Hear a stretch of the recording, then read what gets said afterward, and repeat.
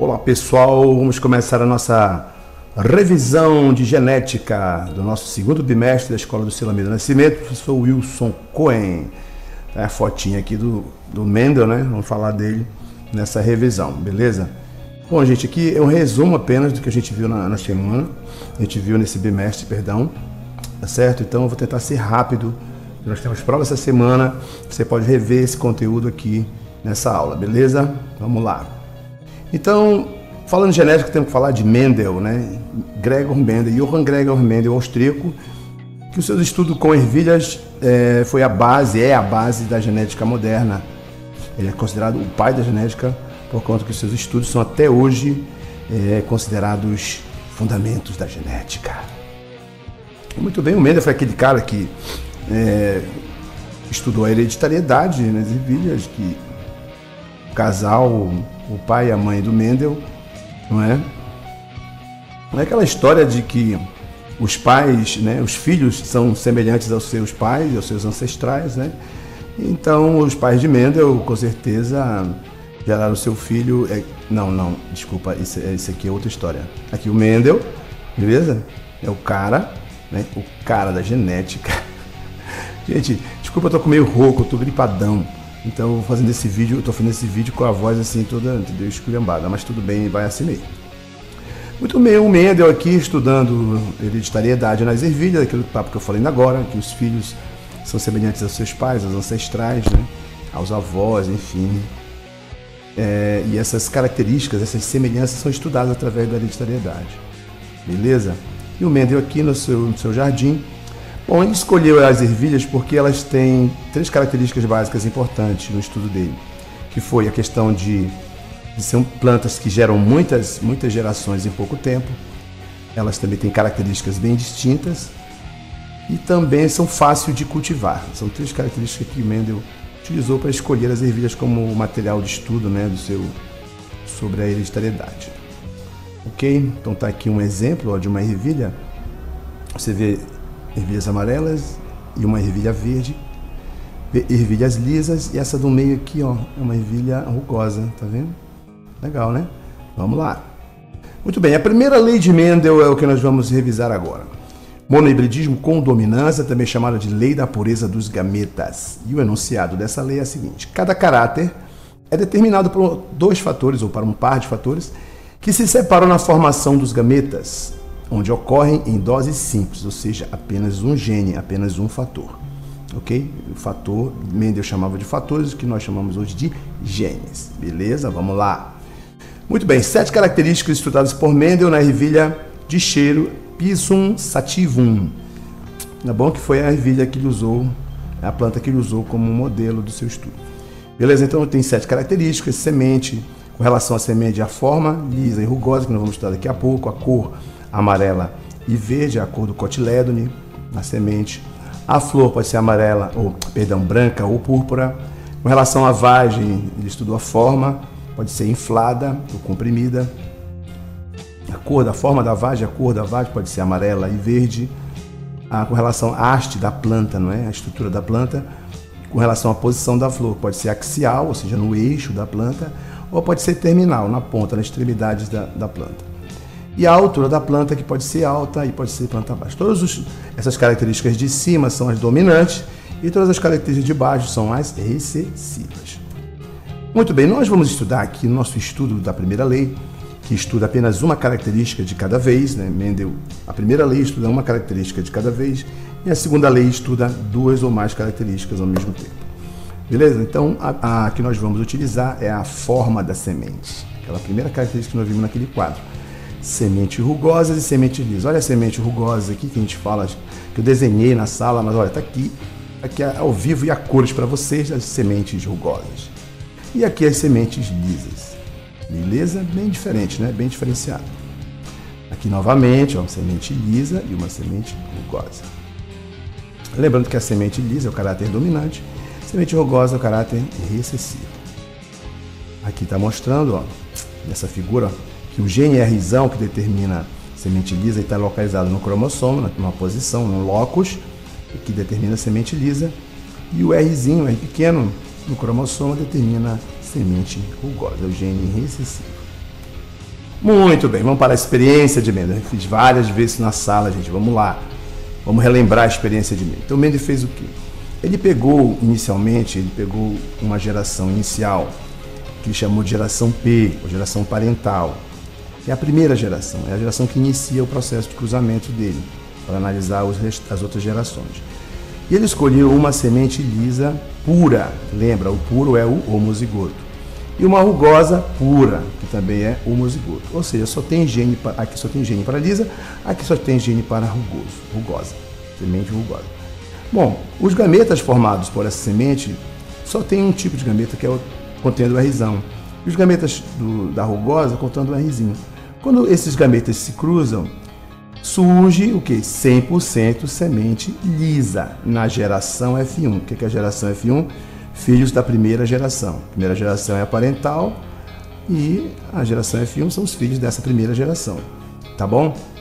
Então são lisa, só que são lisa híbrido, né? Mendel chamava de híbrido, que é o heterozigoto. Veja, é lisa? Isso aqui é lisa também? Mas elas não são iguais. Essa é homozigota, essa é pura, essa é heterozigota, ela é híbrida.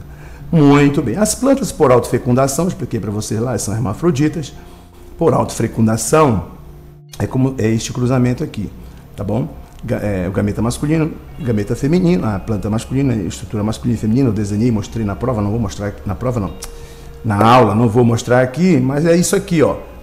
Os gametas formados pela estrutura masculina, Rzão, Rzinho, e pela estrutura feminina, Rzão, Rzinho. Quando cruza esses gametas, olha o que resulta a geração F2, os filhos da segunda geração. Essa aqui é a segunda, tá? Então, os filhos da segunda geração F2. Uma semente lisa, Rzão, Rzão. Uma semente lisa, Rzão, Rzinho. Outra semente lisa, Rzão, Rzinho. E uma semente rugosa, Rzinho, Rzinho. Beleza? Então, você tem 3 sementes lisas entre 4 possibilidades. Eu falei isso na sala. Nós já vimos probabilidades simples, hein? Não vou repetir isso, não. Te vira aí para entender. Então, 3/4 de lisa, 3 entre 4 possibilidades, 3/4 de lisa e 1/4 de rugosa, uma só em 4 possibilidades. Daí nós temos a conclusão final das proporções fenotípicas e genotípicas. O que é a proporção fenotípica? É a proporção das formas das ervilhas, tá certo? 3 lisa, PF igual a 3 para 1, 3 lisas para 1 rugosa, tá? Então, a proporção fenotípica é o que ele pode ver a forma. A proporção genotípica é o quê? É o quê, pessoal? São as letrinhas, são os genes, são os fatores do Mendel, tá bom? Rzão, Rzão, só tem um, então 1. Rzão, Rzinho, tem 2 para 2. Rzinho, Rzinho, só tem 1. 1 para 2 para 1. É isso que é proporção fenotípica e proporção genotípica. Tudo bem? Vamos lá. Agora, as variações da primeira lei de Mendel. A primeira delas é a ausência de dominância. Em Mendel, nós temos a dominância. O Rzão domina sobre o Rzinho. O Rzinho é recessivo, ele não se manifesta. Só quando está junto do outro Rzinho. Aqui, neste caso, não há dominância entre os jalelos. Então, por exemplo, o exemplo é a cor da flor da boca de leão. Tá? Antirrino majus. Que tem flor vermelha e flor branca. A flor vermelha é determinada por um vezão e a branca bezão. Veja, aqui só forma V, aqui só forma B. Quando eles se unem, a planta não tem flor nem vermelha e nem branca. Ela tem flor rosa, um intermediário. 100% rosa. Por isso que esse tipo de dominância, esse tipo de variação é chamado de dominância intermediária, né? Ou dominância incompleta. Tem vários nomes para ela, tá bom? Então aqui, ó, beleza? Por autofecundação, a rosa forma isso aqui. Eu tirei aqui algumas coisas, tá, pessoal? Tá, para ficar mais simples. Então, por autofecundação, a planta rosa gera o quê? Lembra, é V com V, V com B e V com B. Por autofecundação vai gerar VV, vermelha, VB, rosa, VB, rosa e BB, branca. Por autofecundação, é isso que vai dar. Você vai ter 1/4 de vermelha, meio de rosa e 1/4 de branca. Então, a proporção fenotípica, veja, ela muda em relação à primeira lei de Mendel. Por quê? Porque surge esse cara aqui, ó. Né? Se houvesse dominância, digamos, do vermelho sobre o branco, todas essas folhas, essas aqui, seriam vermelhas, né? Se o V fosse dominante sobre o B. mas no caso, como não há dominância entre os genes, eles não têm dominância entre eles, não há dominância, então o que acontece? O V e o B gera um intermediário. Rosa é intermediário entre vermelho e branco. Tudo bem? Aí a PF ficou diferente, tá vendo? Olha, 1 para 2 para 1. A PG, tudo bem, continua igual. Então, aqui neste caso, a PF é igual a PG. Na primeira lei, não é assim. Beleza? Essa foi a ausência de dominância. Genes letais, vamos lá. Segunda variação. Exemplo da cor da pelagem camundongos. A pelagem camundongos, ela é determinada por um gene Pzão, que determina a pelagem amarela, que é letal em homozigose, e o Pzinho determina preto ou pelagem agouti. Olha só. Ora, se o Pzão ele é letal em homozigose, então não existe rato amarelo Pzão, não é verdade? Então não dá para fazer aquele esquema igual como a gente fez na primeira lei, porque não tem rato amarelo Pzão, tá certo? Existe rato Pzinho, mas Pzão não existe. Então, nós já partimos aqui do que seria a F1, o que deveria ser, né? Enfim, porque só tem rato amarelo heterozigoto, Pzão. Quando esses ratos amarelos cruzam, olha o que dá aqui. Pzão com Pzão. Esse ratinho morre, o embrião dele não evolui. Ele morre, gene letal embrionário, não desenvolve. Beleza? Aí, Pzão com Pzinho, Pzão. Pzão com Pzinho, Pzão. Então, nós temos dois ratos Pzão. E um rato Pzinho. Quando este P encontra este Pzinho aqui, nós temos um rato Pzinho, um rato preto, ou agouti. Nós temos dois amarelos, heterozigotos.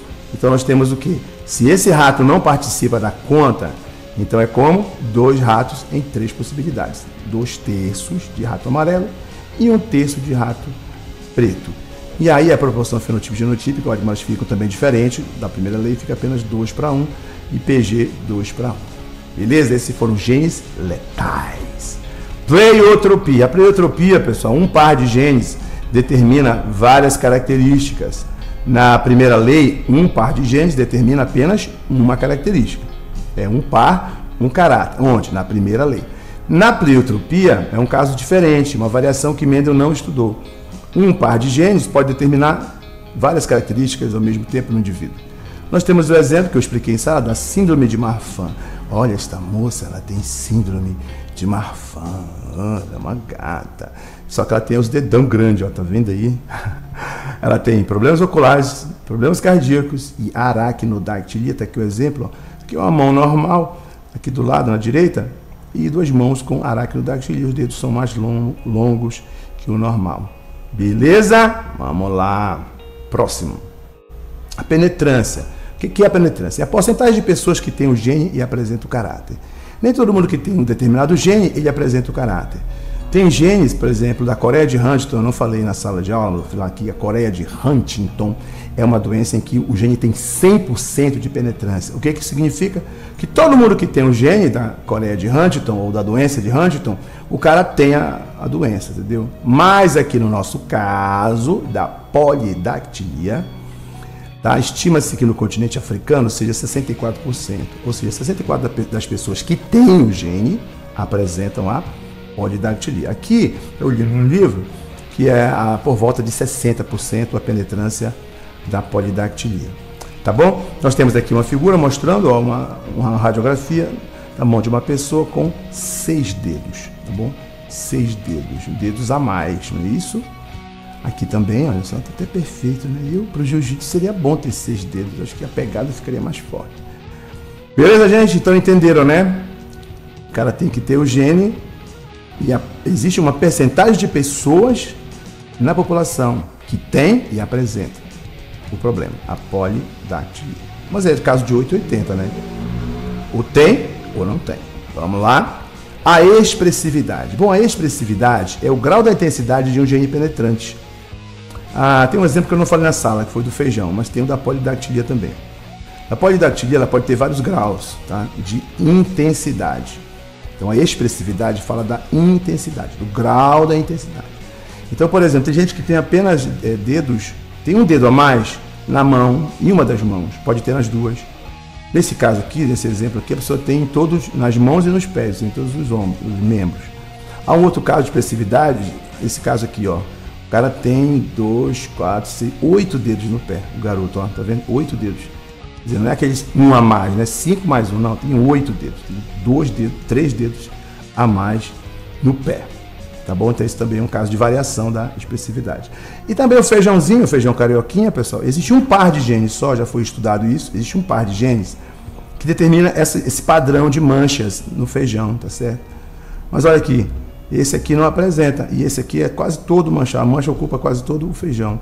E esse aqui apresenta vários padrões de mancha, olha aqui um pouquinho manchado, muito manchado, tá vendo? Isso também isso é expressividade, beleza? Alelos múltiplos. Bom, os alelos múltiplos, também chamados de polialelia,